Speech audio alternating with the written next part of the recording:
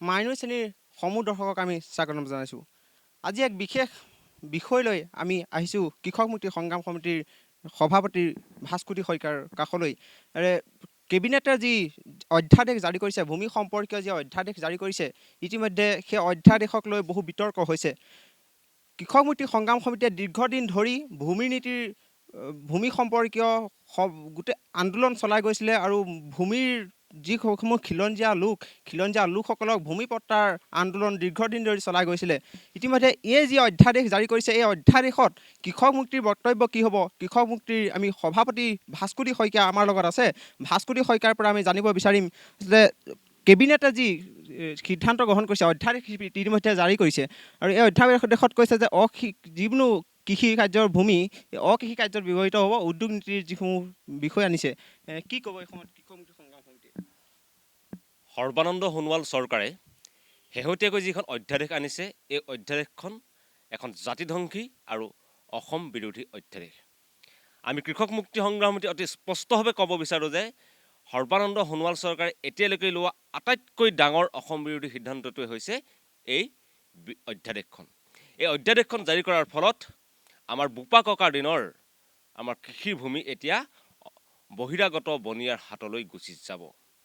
ইয়াৰ পূৰ্বে যেতিয়া উদ্যোগ স্থাপনৰ কাৰণে কৃষিভূমি অনাকৃষি কাৰ্যত ব্যৱহাৰৰ কাৰণে শ্ৰেণী পৰিৱৰ্তনৰ কাৰণে অনুমোদন ল'ব লাগিছিল। কিন্তু আমি তেতিয়াও দেখিছিলোঁ, আমি কৃষক মুক্তি সংগ্ৰাম সমিতিয়ে তথ্য সহকাৰে প্ৰমাণ কৰি দিছিলোঁ যে যেতিয়া অনুমোদন লোৱাৰ প্ৰয়োজন আছিল, তেতিয়াও পুঁজিপতি বনিয়াই এই নিয়মক উলংঘা কৰি হাজাৰ হাজাৰ বিঘা কৃষিভূমি অনাকৃষি কাৰ্যত ব্যৱহাৰ কৰিছিল।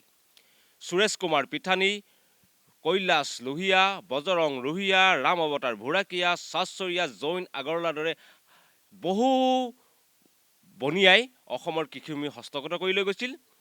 আৰু এতিয়া যদি এই অধ্যাদেশখন জাৰি কৰাৰ ফলত এনেকুৱা এটা পৰিস্থিতি হ'ব যে এনেই বুঢ়ী নাচনী তাতে নাতিনীয়েকৰ বিয়া ধৰণৰ এটা পৰিস্থিতিৰ সৃষ্টি হ'বলৈ গৈ আছে।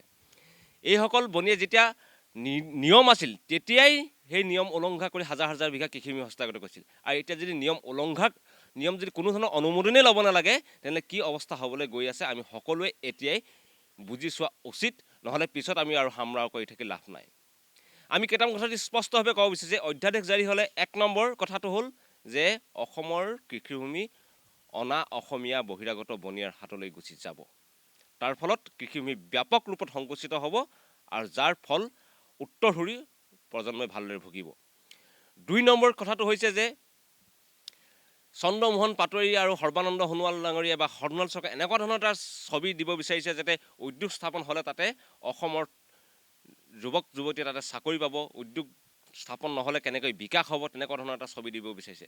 কিন্তু আমি তথ্য সহকাৰে প্ৰমাণ কৰি দিছোঁ যে এই যে উদ্যোগবিলাক স্থাপন হয়, এই উদ্যোগবিলাকত আমাৰ অসমীয়া যুৱক যুৱতীয়ে তাত চাকৰি নাপায়।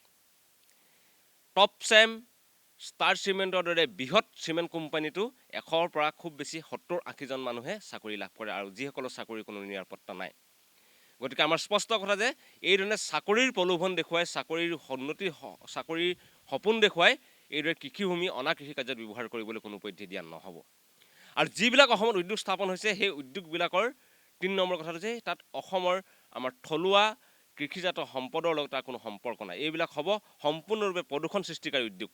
চিমেণ্ট কোম্পানী হ'ব, ক'ৰবাত কাগজৰ এটা হ'ব, সেইবিলাকৰ পৰা ওচৰ পাজৰৰ মানুহ থাকিব নোৱাৰা এটা অৱস্থাৰ সৃষ্টি হ'বলৈ গৈ আছে। গতিকে আমাৰ স্পষ্ট দাবী, আমি কৃষক মুক্তি সংগ্ৰাম সমিতিয়ে কৈছোঁ যে অতি শীঘ্ৰেই জাতিধ্বংসী অধ্যাদেশখন বাতিল কৰক, নহ'লে সৰ্বানন্দ সোণোৱাল চৰকাৰৰ বিৰুদ্ধে আমি কঠোৰতকৈ কঠোৰ আন্দোলন গঢ়ি তুলিম। আমাৰ আন্দোলনৰ কাৰণে, কৃষক মুক্তি সংগ্ৰাম সমিতিৰ আন্দোলনৰ কাৰণেই আচলতে কৃষি কাৰ্য অনাকৃষি কাৰ্যত ব্যৱহাৰ নকৰিবৰ কাৰণে এখন আইন সংশোধন কৰা গৈছিল। কিন্তু এতিয়া দেখা গৈছে যে পুনৰ সেই আইনৰ যি নীতি নিয়ম আছে সকলো উঠাই দিব বিচৰা গৈছে। আমি কৃষক মুক্তি সংগ্ৰাম সমিতি ইতিমধ্যে আন্দোলনৰ কাৰ্যসূচী ঘোষণা কৰিছোঁ। অহা ৬ তাৰিখে অসমৰ সকলো চাৰ্কুল অফিচে আমাৰ কৃষক মুক্তি সংগ্ৰাম সমিতিৰ প্ৰতিবাদী কাৰ্যসূচী হ'ব। আমি এই অধ্যাদেশ বাতিলৰ দাবী উত্থাপন কৰিছোঁ, আৰু তাৰপিছত যদি সৰ্বানন্দ সোণোৱাল চৰকাৰে নকৰে, তেনেহ'লে কৰোনাৰ এই লকডাউনৰ মাজতো কিন্তু আমি কৃষক মুক্তি সংগ্ৰাম সমিতিয়ে সৰ্বানন্দ সোণোৱাল চৰকাৰৰ বিৰুদ্ধে কঠোৰতকৈ কঠোৰ আন্দোলন গঢ়ি তুলিবলৈ বাধ্য হ'ম।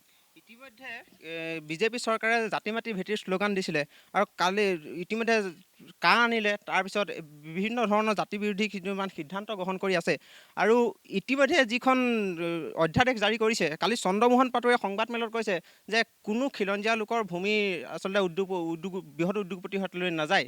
এই সন্দৰ্ভত কি ক'ব? ইয়াতে দুটা কথা স্পষ্ট হৈ আছে। প্ৰথম কথাটো হ'ল যে ইতিমধ্যেই নাগৰিকত্ব সংশোধনী আইন আনি সৰ্বানন্দ সোণোৱাল চৰকাৰে অসমীয়া জাতিক মৃত্যুৰ মুখলৈ ঠেলি দিছে।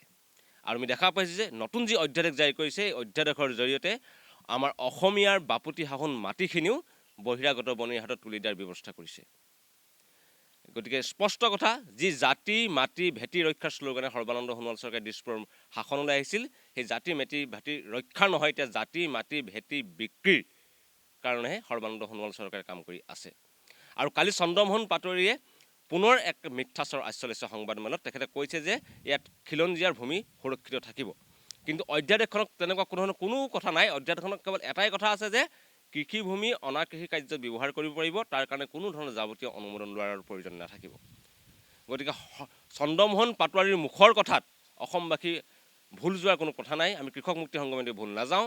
চন্দ্ৰমোহন পাটোৱাৰীয়ে কালি পুনৰ এটা মিথ্যাচাৰ লৈছে আৰু আমি দেখা পাইছোঁ যে সৰ্বানন্দ সোণোৱাল, চন্দ্ৰমোহন পাটোৱাৰী আৰু গোটেই সমগ্ৰ চৰকাৰখনে কৈলাশ লোহিয়া, পিঠানী, বুঢ়াকিয়া আদিৰ দৰে কিছুমান বহিৰাগত বনিয়াৰ এজেণ্টৰ দৰে কাম কৰিছে আৰু সেই এজেণ্টবিলাকৰ সৈতে লগ লাগি এটা নেক্সাছ গঢ়ি তেখেতসকলে অসমত এটা মাটিৰ চিণ্ডিকেট চলাব বিচাৰিছে। কিন্তু আমি কৃষক মুক্তি সংগ্ৰাম সমিতিয়ে কেতিয়াও অসমৰ কৃষকৰ মাটিক লৈ এনেধৰণে মাটিৰ চিণ্ডিকেট চলাবলৈ আমি সৰ্বানন্দ সোণোৱাল চৰকাৰক কেতিয়াও আমি এইধৰণে কোনো ধৰণৰ আমি সেই কাম হ'বলৈ নিদিওঁ। কৃষক মুক্তিৰ নেতা অখিল গগৈক ইতিমধ্যে জেলত ভৰাই থৈছে আৰু লগতে সতীৰ্থ তিনিগৰাকী সতীৰ্থক জেলত ভৰাই ৰাখিছে। আৰু কৃষক নেতাৰ অখিল গগৈক জেলত ভৰাই বা কৃষক মুক্তিৰ সদস্যক জেলত ভৰাই চৰকাৰে সুবিধা গ্ৰহণ কৰিছে নেকি এই সময়ত? নিশ্চিতভাৱে আমি দেখা পাইছোঁ যে চৰকাৰখনে কৰোণা লকডাউন, এই কৰোণা পেণ্ডেমিকৰ এটা সুযোগ লৈছে।